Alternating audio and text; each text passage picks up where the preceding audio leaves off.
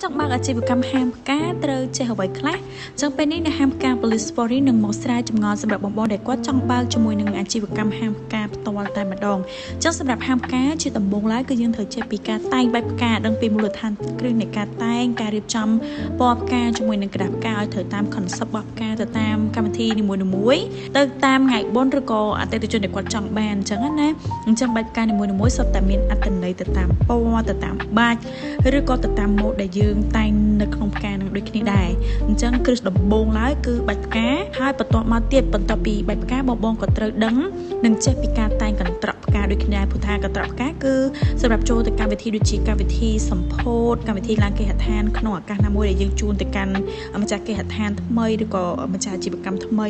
ក៏យើងត្រូវចេះពីការតែងកន្ត្រកឲ្យត្រូវតាម concept នៃកម្មវិធីសម្ពោធរបស់គេនីមួយៗដូចគ្នាដែរហើយបន្ទាប់ពីកន្ត្រកផ្កាអ្នកទាំងអស់គ្នាក៏ត្រូវចេះពីការតែងកន្ត្រកផ្កានឹងដូចគ្នាតែជាមួយនឹងជាប្រភេទផលិតផលឬក៏ប្រដាប់ព្រោះពេលខ្លះអតិថិជនក៏គាត់មានប្រដាប់ឲ្យយើងយកមកតែងដើម្បីលម្អជាកាដូជូនទៅកាន់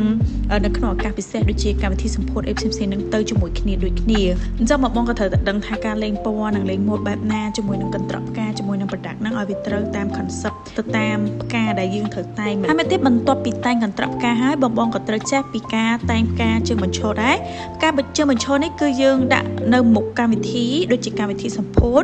ឬក៏ការកាត់ខ្សែបូផ្សេងៗគឺតែងតែមានអតិថិជនគាត់កំងហើយឬក៏កម្មវិធីណាមួយដែលគាត់ចង់តាំងនៅក្នុង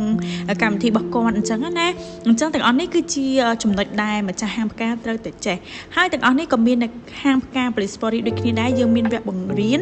កញ្ចប់ discount 50% $1000 នៅសល់ត្រឹមតែ$500ប៉ុណ្ណោះពេលបងមករៀនយើងនឹងប្រាប់ពី concept និងចំណុចកលឹះទាំងអស់នេះទៅកាន់បង